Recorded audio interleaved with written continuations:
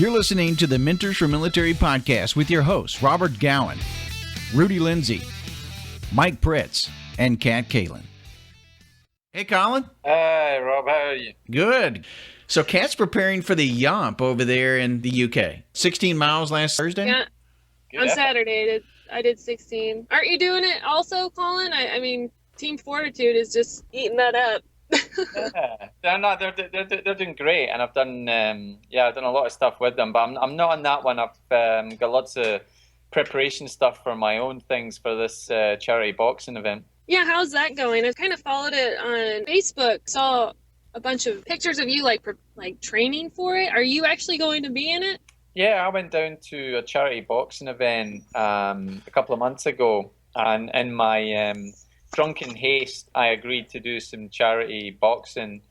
Drunken haste. So I've signed up for 3 boxing matches. The first one will be in September against 3? London Amateur Boxing Association, and that'll just be just to see how we are against amateur boxers and kind of see what our weights are and where we're going to appear on the card. And then, in November the 11th, Remembrance Day across here, we've got the Remembrance Rumble. And we're hoping to get some US SF guys across and fight for our charities. So each individual fighter will box for their own respective charities, and there'll be, a nice meal and a charity auction and some entertainment on. And we normally have 1 or 2 celebrities across from it. And then we're hoping to have the away leg of that, the return of that, probably round about Independence Day across there, so July, hopefully in somewhere like Madison Square Gardens. Wow, you guys are talking big stuff then. I mean, Madison Square Garden?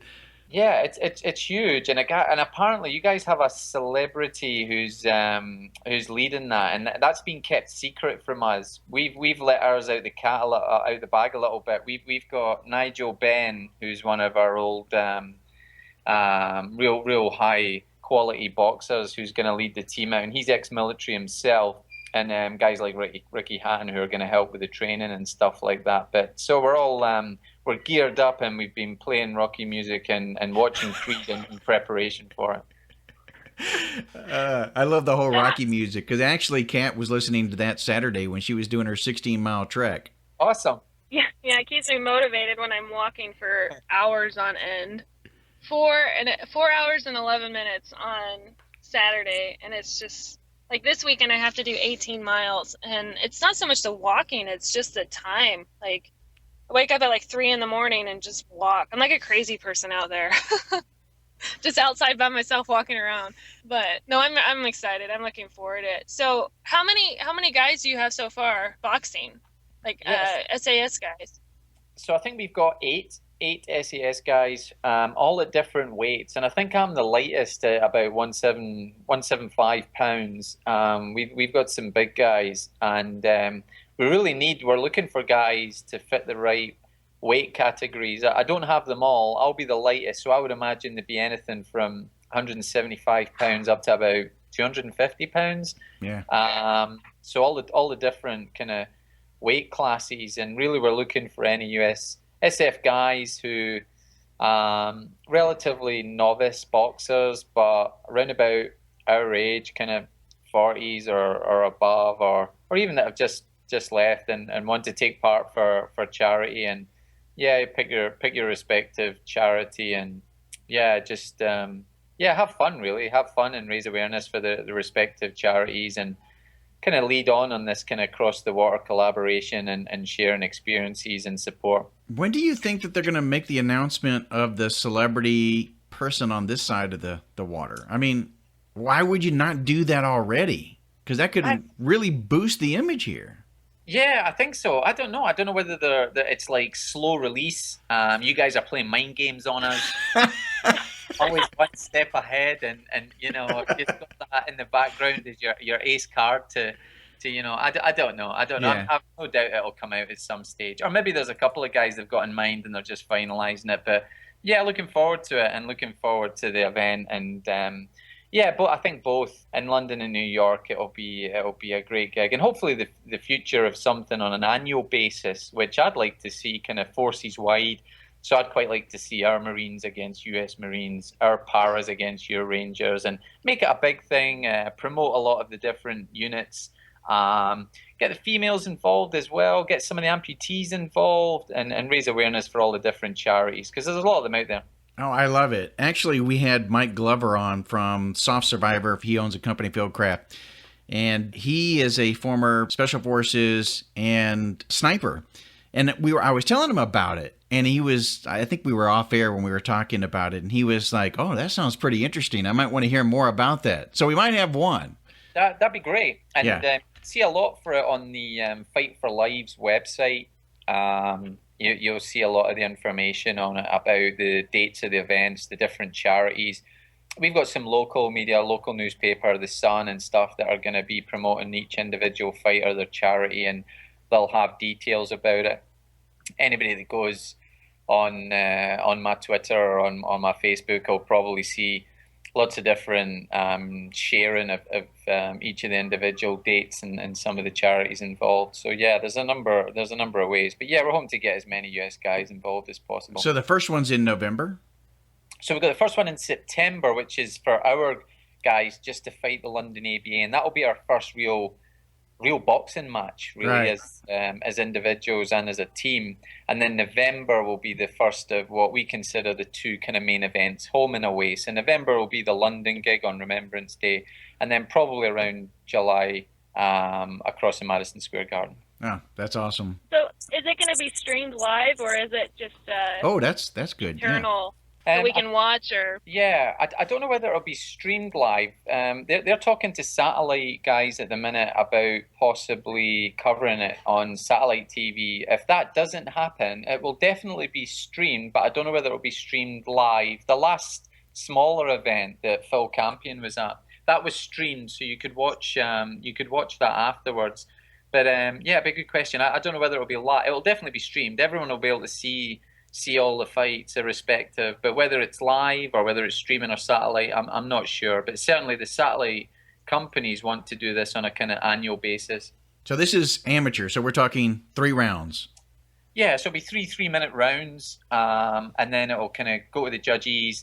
There'll be a little kind of space for, each fighter talk about, maybe at the end about their charities, and there'll be a kind of lead up in terms of what that fighter represents, where he's from, why he's fighting, who he's fighting for, a shout out to friends and folks back home and such like. And then it'll be casual, but it will be a formal event. So a lot of these things are like black tie events and stuff, but actually the atmosphere inside, there's normally a meal, there's a charity auction, there'll be loads of different prizes, there'll be celebrities there, and it should be a good night. Assuming once they release more details about it in the US, they're going to make it available to actually purchase tickets to the event, right? And I'm assuming that would go to charity, or is this isn't like a free for all if you want to go to the one in New York? Yeah, so the one in New York I'm not sure about. I've only seen the tickets advertised for the 2 in London.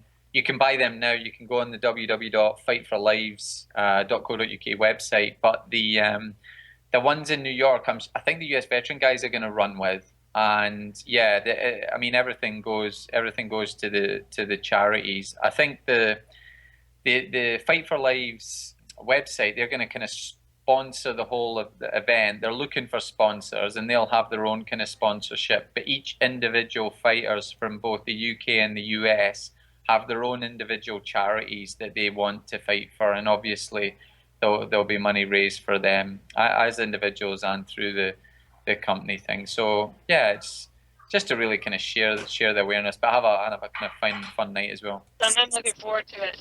So I saw a video as well about the SF experience. You got to tell me what's going on there. Did you guys decide to do a show where you're going to be bringing people on and giving them full-on experience of what it's like to be in British Special Forces? Yeah, so the Special Forces experience, I got involved with those guys. That was a company that's it offers civilians and serving and ex-military a chance, a kind of unique window through which to view that SF world.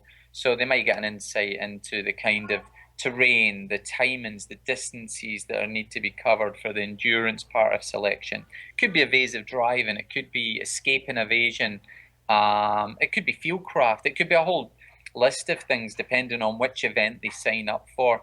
So I get involved with those guys and some of the instruction. I'm doing book signings at various events and getting involved with those guys. So yeah, if you look at the TSFE, the Special Forces Experience, you have a look at their website. You'll see a couple of promo videos that they put up there, and some of the events that they host, which is probably, if you were a civilian, that's probably the closest you would come to sharing that kind of Special Forces experience. Do you have to have certain criteria or age or gender? I know for your other show, Who Dares Wins, you have to select them. Now with this show, do you have to select them, or are they just, if it's a free-for-all? Yeah, so on the Channel 4 show, we actually wanted to have as much to do with the pre-selection process as possible. And I was disappointed that we weren't, but I can see now why, because some people are for television, they make good television, but from our perspective, we would look at them and think that, right away, they're not SF. They don't fit that mold. Right. For the SF experience, it's slightly different. As long as the kind of medical side is there, and obviously we have to be careful and make sure that people are not putting themselves in harm's way. It doesn't matter whether you're man, woman, young, old, amputee, whatever, we encourage everyone to go on it. And there's different levels and tiers and medals depending on, the time, the distance, your age, your gender, and you can tailor that accordingly. So that's quite good as well. And one of the things on the show, I always wanted to have women on the Channel 4 show, and I hope they still would, because I would like to see that.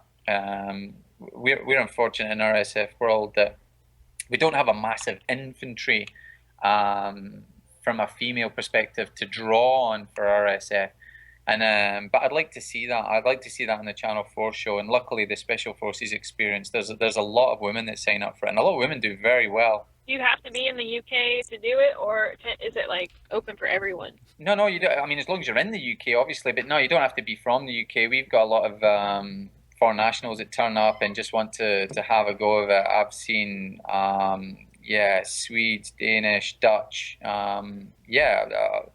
all sorts. It'd be great to get some Americans on there, and our SF. I think the Delta SF's modelled on the SES selection, so they run in parallel. So it would be great to have Americans on it. In fact, when we had Foot and Mouth across here in the UK, we actually run our selection across and did parts of the Delta selection for our guys. So it's good that happens. Sounds like you're interested, Kat. I gotta finish walking.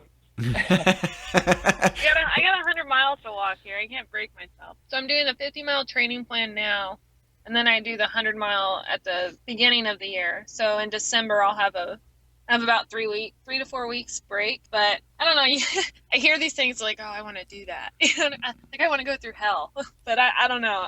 We'll see. I can only make so many trips over and back. Yeah. But unless you guys come here, I'd be down to do it. Yeah, and good luck. And keep posting stuff up, and I'll share it and retweet it and stuff. But no, best of luck for that. And let me know when you can get across, and we'll try and squeeze as much into your trip as possible. So how long is the SF experience? Like what's their time limit? Yeah, so they have all different types of event. You can turn up for a day and do one of the treks. There's weekends. They're thinking about doing longer things that incorporate different modules. So perhaps you do one phase where you're on the hills, another phase where you do a bit of driving or maybe even surveillance, and then another phase where you do kind of escape and evasion and interrogation. So you can tailor it according to like what you're looking for. So it's just, you could just go out there for one day. Yeah. And that's it. That's insane. I would want to do like at least a weekend. Yeah, there's weekends. They do a lot of weekends. I think the one in November is a weekend. But they also have the fan dance, which is quite well known across here, because the fan dance that's the kind of end of your first week of SF selection, and it's a very so it's kind of a milestone on selection.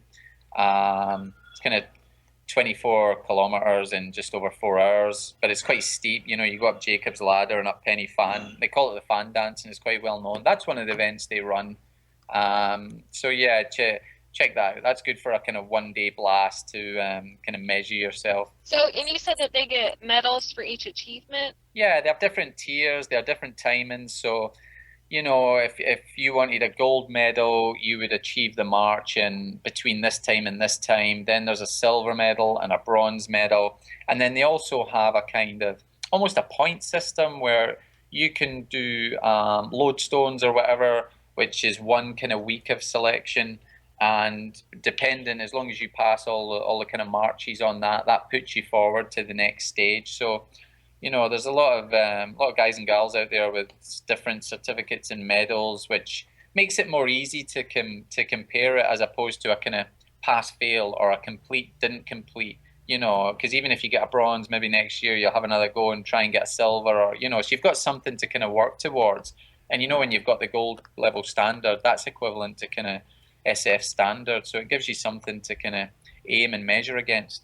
That's cool. I'm going to definitely follow that. That's neat. So I'm going to switch gears here because we have some people that have been asking questions, and maybe some people have approached you, Colin, about how is it that you go into British SAS, or how do you become Special Forces, and what does it take? Yeah, I guess from I've had a lot of questions like that, and I guess that going if you're military and you want to go into the SF world, I think it's more a mental mindset than a physical one. Physical attributes help. It helps to be fit, to be able to carry weight, to be able to go a long distance. But that mental mindset is absolutely paramount, and because that crosses over all different spectrums, whether it's teamwork or you're working on your own, the interrogation phase, going through an operation with limited data, and having to make decisions. That all comes under the kind of mental capacity. So I'd say that's a generic thing. There's always things you can do that will help you train. So I would always say, working in similar terrain. If you're going to do the kind of aptitude phase of selection, it's worth being able to, navigate over that kind of terrain. You want to be covering around 4Ks an hour at worst to be able to kind of pass the checkpoints. Your navigation's got to be good. Your own personal administration's got to be good. You've got to know when you need water, when you need to take on food, when you need to stretch, wrap something up, tend to a blister, take a rest, do a map check. And then obviously things like the jungle, that's a total different environment. And that's what I would see as the real soldiering part of selection. So that's contact drills, observation and surveillance, micro map reading, pacing, cleanliness, looking after your team members, recon, all those kind of things come under the umbrella when you're in the jungle phase. And that for me is the most testing part of selection. After that, it becomes fun for me because it's kind of the counter-terrorism part, the kicking doors in and doing close quarter combat, parachuting, escape and evasion, interrogation, and I found that the longer selection went on, the more fun I was having, if I can use that term. But yeah, those are the kind of basic characteristics in terms of that, being able to work on your own, but be able to be a part of a team and also be a leader, because everyone in the team should be a leader. That comes under that mental capacity as opposed to physical. Do they have peer reviews as you're going through the training there, or is it strictly just based on how the leaders are evaluating you? What generally happens is that the aptitude phase is just based on timings, and you hit the times and you get through. Once you get to the jungle, then it becomes you're more under the eye of the directing staff, the DS, and they'll normally sit round a table every night and discuss each candidate in turn. And then that's when you hope you don't stand out for the wrong reasons. And generally, if you think that happens over the period of 4 weeks or whatever, when you're in the trees, that's quite a lot of data to be getting passed around between DS. You'll normally come under one DS for the first kind of 3 weeks, and then for the final exercise you'll have a completely different DS. You've got a second pair of eyes and almost somebody to corroborate what the first guy said. So and it's if you have a clash of opinion, then that's when it goes to the table. But if both DS say yes or no, then that's normally a good indicator that you've kind of made the grade. Is it set up so that anybody from any career field can go into SAS? Like here in the States, if you want to go special forces, I mean, you can be in transportation, you can be in just about any military career field to go into it. Is it different there in the UK? Yeah, here in the UK, if you wanted to go into the SAS, you could come in from the RAF, the Navy, the Army. I mean, you can even come in from the TA, providing you've got relevant regular experience. So if you're in 2-1 or 2-3 SAS, which is our reserves, providing you spent a certain amount of time with a regular unit and can prove that you have the attributes, you can go for selection. So the SAS is kind of services wide from that perspective, and we would encourage that because that gives us such a broader sense of experience and flavor across the board. Where have you seen most of the people fail or struggle within the SAS experience? I think on the SAF experience itself, generally a lot of that has been on these endurance marches and stuff like that, and people might not be well prepared for it. They might not have put the right preparation, and whether that's map reading, looking after themselves, looking after their feet or how their equipment is on them. It could be something simple like navigation. It could be working on their own, or it could be, do you know what, when the chips are down and I can't really, I'll just follow someone, and that can always get you in trouble. Yeah. So a lot of them are based around the hills, but they're branching out now, these events, and they're taking on a whole new flavor in terms of whether it's driving or E&E type events and stuff like that. So it'll be exciting to see how people deal with that. The book experience is coming up really soon. Yeah, so the book's out in November, and at the November fight in London on the 11th of November, HarperCollins are going to release a load of books for me to sign and have available. Well, that's awesome. Yeah, I'm excited about that. There's a few book tours, signing tours on as well. So that's great. I'm looking forward to it. And the MOD are in talks with them about making sure that everything's okay. So yeah, it's been really positive. I'm looking forward to it. Sounds like it's going to be a really exciting experience. Of course, now is there a movie that's going to be coming out of this or something? Have you talked with anyone? You never know. My agent, Emily at the Artist Partnership, she specialises in book to movie, and it's definitely got a lot of potential for book to film. So yeah, who knows? It's early days, and the book's not even out yet. But yeah, that would be great. I was about to say, who would you want to play you? Well, I'm biased. Of course, I want a Scottish actor, so it'd have to be someone like Gerard Butler or something like that, That's fitting. I could see that. Got to be some good-looking guy, muscular, the whole bit. Maybe 6'2", 230. Totally different. Yeah, I like where you're going with that, Rob. That's me to a T. All those attributes. Forget all those attributes you heard earlier. Those are the. Yeah. Throw those out the window. Right.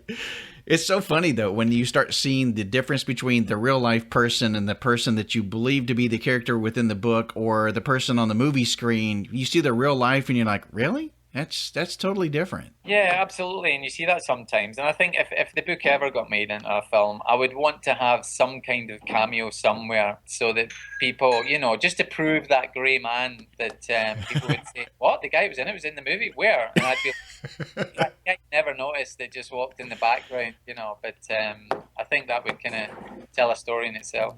Heck yeah, it would. I've actually seen that happen on occasion where the author or somebody has actually their real character has been in the movie, and you always go back and you go, oh man, I'm going to have to rewatch that scene again because I don't even remember that guy being there. So yeah, that's right. I think it was in that Will Smith movie, wasn't it? The Pursuit of Happiness. And he bumps into him at the end, and I thought that was a nice touch. It's yeah. No, that would be funny. Or you be the instructor or something, the DS there in the very beginning that's given your character hell. Yeah, absolutely. And I think there's been a few films in the US where they kind of, and they're pulling more on US veterans to kind of feed back into the kind of movie industry to put that realism. That Mark Wahlberg recent movie that had a lot of veterans and stuff in it, and the recent one about was it in Libya? They got a lot of the veterans to get involved and feeding back into the movies, so it's got more kind of realism to it. Outside of the boxing, outside of the book, what's coming up next? Anything else exciting? Yeah, lots of different charity type events. So I've been speaking recently with NSPCC. So the first part of my book kind of relates to the childhood and the NSPCC link. So I'm hoping to get involved in both speaking and some events with them. I'm doing a number of different kind of charity treks. So I've got one in mid-September to Nepal for 2 weeks building schools out there. And then I've got one next year with and that's with the Leeds Rhinos Foundation. That'll be looking at taking some kids from around the Leeds area, do the trail, the Kokoda Trail up in Papua New Guinea.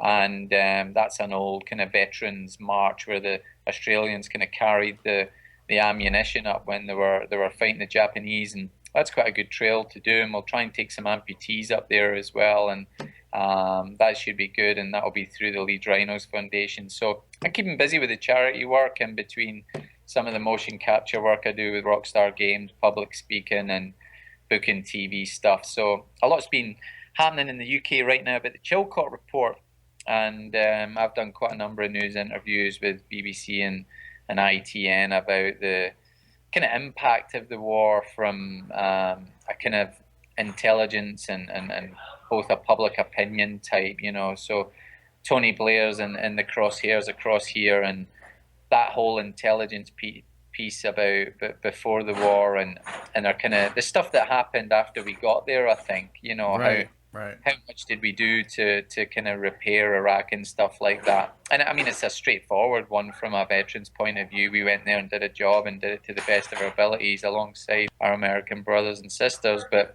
from a politics perspective, that's a whole different, goes way above our pay grade. But that's, so I've been involved with the Chilcot Report a little bit and just having that kind of military voice. Is that out there on YouTube or anything like that where you can see it? Yeah, so I'll try and send some links. It's on my website. My interviews are on my website, Colin-MacLachlan.co.uk. I've put some of the interviews on there, but there's been a lot made of the Chilcot Report. It's been quite a long time coming. And I guess most people would say that from a military perspective, we did a good job, but from perhaps a politicians or a restructuring, hopefully there's learning points that we can take forward and hopefully have a bit more of a stay behind impact when we leave places. But yeah, it's politics and religion. It's normally above my pay grade. Yeah, I try to stay away from it. How has the feedback been just from, I guess, the civilian side? Have you gotten any flack or like positive feedback from being open and talking about it? Yeah, I think it's an interesting dynamic where you've got kind of two sides of a coin. You've got the politicians and then the military action at one end, and one directs the other. And from our perspective, public opinion's quite good of the military across here, similar to the States, but there's a lot of kind of finger pointing at the politicians in the decision making process, and why didn't they think of all the mechanics that go forward? Once you've won the war, or once you think that the war fighting's over, what next? And really, that's a kind of politicians. That's in their field. We kind of do the war fighting and lay the grounds for everything else to take place. But if it doesn't happen thereafter, then who's held accountable? And I think what's good across here is that there's one side that says politicians shouldn't be held accountable, but then a lot of people are saying, well, a lot of our veterans were held accountable for some of the actions they did in Iraq, so why shouldn't the politicians be, because they're the guys that sent them? And again, these are kind of political arguments that are happening at the minute, but it's an interesting perspective to get the military take on it, because from our side, we just go and do our job like any other service, Yeah, that's interesting to think about, getting your perspective on, you go in there to do the job that you have to, but how do you really feel about the job that you're doing, and if kind of the backstory on why it needs to be done. And for you to put that perspective out there, hopefully it kind of bridges a gap and lays the responsibility where it needs to be. Yeah, I guess as a serviceman or woman, you've got to be apolitical. You can't. Well, we don't represent a political party. We go out there and we have a job to do, so we kind of lay the groundwork for politicians to be able to do their job. And in places like Iraq, that's exactly what we do. So if the country needs support, we'll go in and try and lay the foundations so that the support can come in after us. And how good or how bad that support is afterwards is not really the major part of our skill set, and we can only really do, regardless of our political outlook, if we have one, is do our job to the best of our abilities. And I don't think anybody would deny that, the coalition did that. No, I agree. It's definitely a touchy subject. I like what you're doing with the kids, though. I mean, I had a question that was actually brought up of why aren't more veterans actually becoming role models to younger children, because there's a real opportunity here just based on the life lessons that you learn as a military combat veteran, especially, that can be shared with the earlier youth.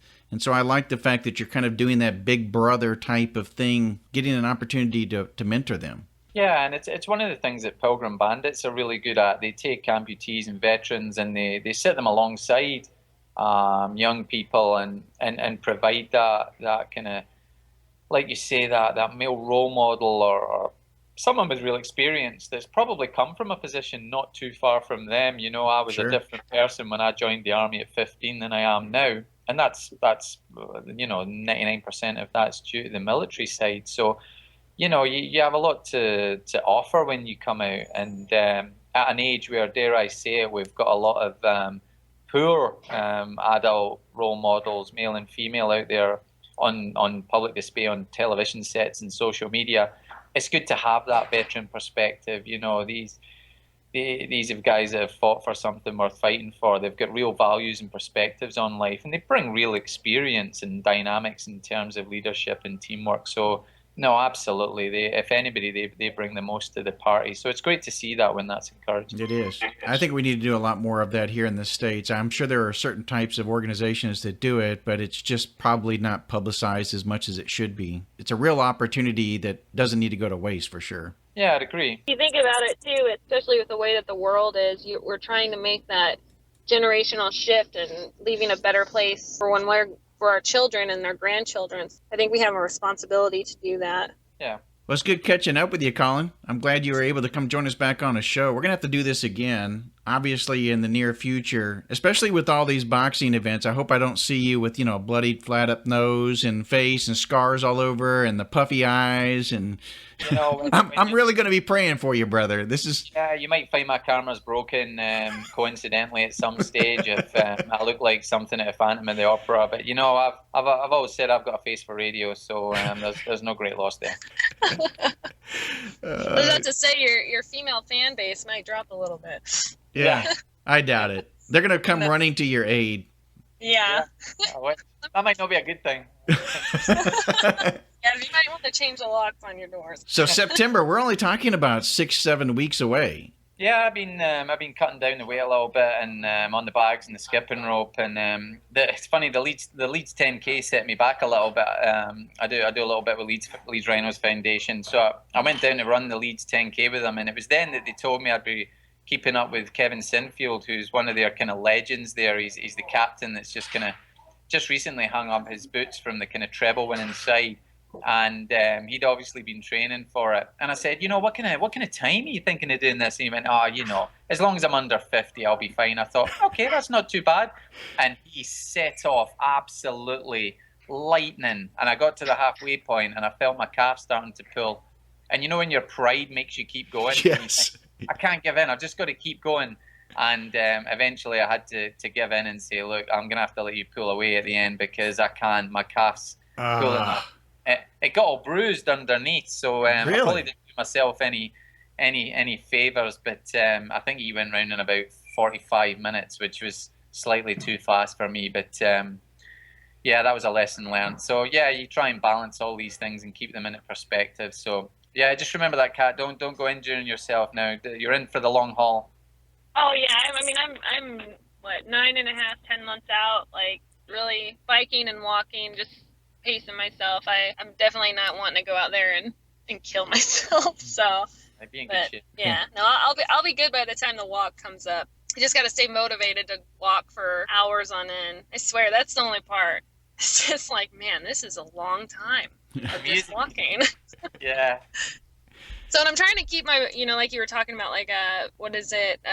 My mile time is like around 15:30 to skip 4 miles in an hour. And that's been working out pretty good. I mean, so far so good, but I guess we'll see when we get there. Yeah, it's a good pace, and I guess it's just about setting many goals and then slowly eating away at them like anything else. And you'll know better than most in terms of that kind of mental strength. It's the little step by step keeps you going. So you set this one set of goalposts, you reach it, and you get another one. But you're doing great, and yeah, just keep the support flying in. Oh, well, I appreciate it.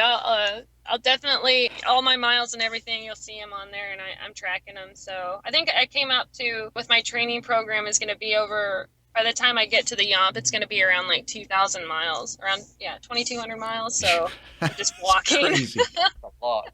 Yeah. That is a lot. Well, thanks again, Colin. I hope you have a great evening there. Appreciate you being on. Thanks for having me, and good to speak to you, and good luck, Kat.